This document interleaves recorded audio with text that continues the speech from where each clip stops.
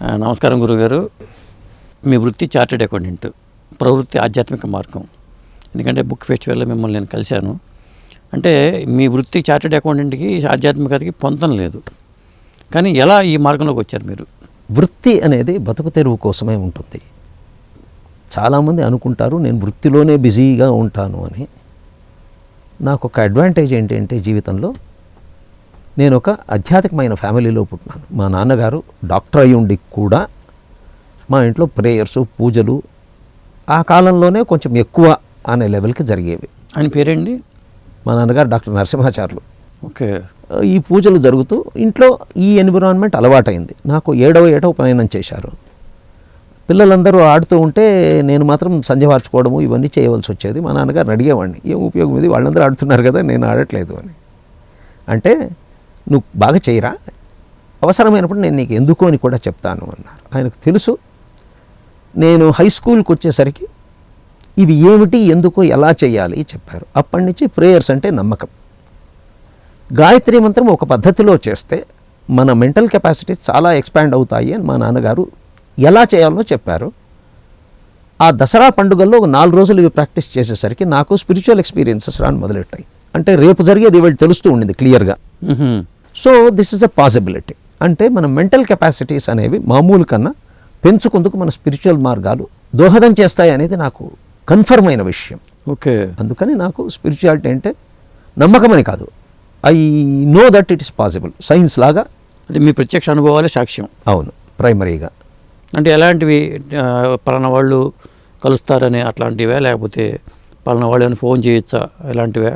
1980s, 70s and 80s ఈ ఫోన్లు గిన్లు పెద్దగా లేవు. ఫోన్ ఉంది అంటే వాడు పెద్ద మనిషి అని అర్థం. నేను రేపు కాలేజీకి వెళితే ఇటువంటిది జరుగుతుంది అని ఈరోజు తెలిసేది నాకు. ఇన్స్టిట్యూషన్ లాగా? ఇన్స్టిట్యూషన్ కాదు, క్లియర్గా కళ్ళకు ఒక విజన్ కనపడేది. అట్లాగా? మరుసటి రోజు జరిగడారు ఇది నిన్న నేను చూసినాను కదా అని అనిపించింది. ఓకే. అట్లా 3-4 జరిగినాయి ఇన్ మ్యాటర్ ఆఫ్ 7 days. అబ్బా. దాంతో ఎస్. మీ నాన్నగారు ఏమన్నారు దాన్ని చెప్తే? మీ నాన్నగారు చెప్పారా? అవి చిన్నవిరా అంటారు. మా నాన్నగారు స్పిరిచువల్ ఎక్స్పీరియన్సెస్ చిన్న వాటిని పట్టించుకోరు. ఎందుకంటే 8 సిద్ధులు ఉన్నాయి, మీకు అందరికీ తెలిసిన విషయం. సిద్ధులు అంటారు. 8 సిద్ధులు అంటే అణిమ నుంచి ఈ ఈశత్వం, వశత్వం దాకా ప్రపంచాన్నంతా కంట్రోల్ చేసే లెవెల్ దాకా సిద్ధులే అని అంటారు. మన జనరల్ స్పిరిచువల్ ప్రాక్టీసెస్ చేసే వాళ్ళకి, రామకృష్ణ పరమహంస గారికి ఓసారి సిద్ధులు వస్తే ఆయన బురదలో పొరలాడి ఏడ్చినారట, ఏందమ్మా నన్ను వీటిల్లో బంధిస్తున్నావా అని. అంటే spirituality is much higher than these special mental capabilities.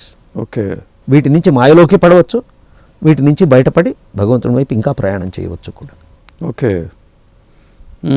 అట్లా వాటి నుంచి మీరు కొద్దిగా చిన్నప్పటి నుంచే ఉంది ఇది? It's by jeans. ఓకే. ఎంతమంది మీ నాన్నగారికి పిల్లలు అసలు? మేము 6. ఫస్ట్ మా అక్కయ్య, మేము 4 అన్నదమ్ములు, లాస్ట్లో మా చెల్లెలు. ఓకే. అందరూ ఆధ్యాత్మికత అంటే ఇంతే రుచి ఉన్నవాళ్లే. ఓకే. అందరూ కూడా? అందరూ. ఎట్లా మరి చార్టెడ్ అకౌంటెన్సీ ఎక్కడ చేశారు మీరు?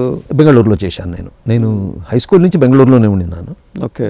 అక్కడ CA కూడా అక్కడే చేయడం జరిగింది. ఓకే. అంటే మీ నాన్నగారు వృత్తి ఇంకా వేరే వాళ్ళు తీసుకున్నారండి? కడపలో గవర్నమెంట్ డాక్టర్ ఆయన. అట్లాగా? ఓకే. గవర్నమెంట్ సర్వీస్లో ఉండినారు. మా ఇంట్లో ఎవరు డాక్టర్ కాల. ఓకే. మా తమ్ముని కూతురు ఇప్పుడు MBBS 2nd year. ఓకే. మరి మొన్న మీరు ఇక్రాల వేదవ్యాస గారి బుక్ ఫెస్టివల్లో ఆ స్టాల్ దగ్గర మిమ్మల్ని కలిశాను. వేదవ్యాస గారితో ఎలా ఆ పరిచయం ఎలా ఏర్పడింది, ఆయన గురించి అంతకుముందే మీకు తెలుసా? నాకు గురువు గారిని ఫస్ట్ టైం చూడకముందు వేదవ్యాస గారి గురించి ఏమీ తెలియదు.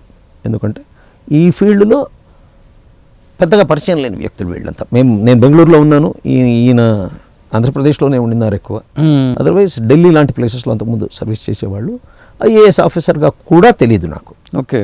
కడపలో ఫస్ట్ టైం మా ఇంట్లో సత్సంగం పెట్టిన తర్వాత ఇటువంటి సత్సంగం జరుగుతుంది అని, కానీ గురువు గారు పరిచయం అంటూ ఏమీ లేదు. ఒకసారి కడపకు వచ్చినప్పుడు ఆయనతో ఇంటరాక్ట్ అవ్వడం జరిగింది. థియోసాఫికల్ సొసైటీలో భగవద్గీత గురించి ఆయన ఒక లెక్చర్ ఇచ్చారు. భగవద్గీత అంటే ఏమిటో అనుకుంటారు, లోపలున్న సారథి, పంచేంద్రియాలు పాండవులు, వీటి నుంచి వచ్చే ఆలోచనలు ఇవన్నీ కౌరవులు, ఇట్లా ఎక్స్ప్లెయిన్ చేస్తూ this is the way you do. అందుకే దాన్ని కురుక్షేత్రము అంటే చేసే భూమి అని అన్నారు. యువర్ ఫీల్డ్ ఆఫ్ యాక్షన్ అనేది లెక్క. అంటే మనం చేసే ప్రతి పని ధర్మంతో బేరీజ్ వేయబడుతూ నువ్వు కరెక్ట్ అయిన మార్గానికి తీసుకెళ్లేదే దాన్నే ఫాలో అవ్వాలి. అందుకే బుద్ధింతో సారథం విద్య అని భగవద్గీతలో చెప్పినారు. ఇవన్నీ చెప్తే ఐ వాజ్ ఇంప్రెస్డ్. ఓకే. భలే అందంగా ఉంటారు మనిషి. ఉత్తరాలు వేదోస్ గారు చూసిన వాళ్ళు తెలుసు, అందంగా ఉంటారు, మంచి వక్త. ఏమనుకున్నావు, this guy is a smart guy, good looking and he knows the subject. ఇంత తప్ప అప్పటికి ఇంకా గురువు ఈయన ఆధ్యాత్మికంగా మనల్ని లీడ్ చేస్తారు ఉటిదే. ఓకే. ఏమి లేవు అవన్నీ. సరే, ఈ ఘటన జరిగింది. గురుగారితో అప్పుడు మాట్లాడాము, నమస్కారం పెట్టాము. ఎందుకంటే పెద్దవాళ్ళు ఎవరు వచ్చినా నమస్కారం పెడతాం కాబట్టి నమస్కారం పెట్టాము. నేను నా అంతకు నేను బెంగళూరు పోయినా జరుగుతూ ఉండేది. ఒకరోజు బెంగళూరులో అప్పుడు కొత్తగా ఇన్సుజుకి అని మోటార్ సైకిల్ రిలీజ్ అయింది ఫస్ట్. మా దగ్గర అప్పుడు ఎస్డీలో అవి అలవాటు. ఓకే.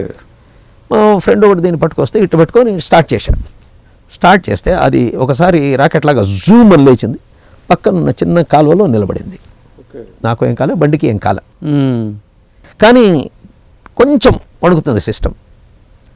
బయటకు వచ్చిన తర్వాత మా నాన్నగారు నాకు గురువు గారికి మెసేజ్ పాస్ చేయరా అన్నారు. నా క్లయింట్ ఆఫీస్లో ఫోన్ ఉండింది కాబట్టి గురువు గారి ఆఫీస్కి ఫోన్ చేశారు. గురువుగారు హైదరాబాద్ సెక్రటేరియట్లో పనిచేసేవాళ్ళు. అవును. ఫోన్ ఫస్ట్ చేస్తున్న వాళ్ళ సెక్రటరీ హేమ గారు అని ఉన్నారు. ఆవిడ తీసి, కేసరి అండి, బెంగళూరు నుంచి మాట్లాడుతున్నాను, గురువుగారితో మాట్లాడాలి అంటాను. గురుగారు కనెక్ట్ చేస్తే గురుగారు ఫస్ట్ సెంటెన్స్ నాకు చెప్పింది, బండి నడిపేటప్పుడు జాగ్రత్తరా, ఎప్పుడు ఎవడు పట్టుకుంటాడు నిన్ను. నేను బెంగళూరు, ఆయన Hyderabad secretariat. Okay. First sentence ఆయన చెప్పింది, బండి నడిపేటప్పుడు జాగ్రత్తరా, ఎప్పుడు ఎవడు పట్టుకుంటాడు నిన్ను. ఓకే. అంటే అర్థం ఏమిటి అంటే, he is a person who is holding us.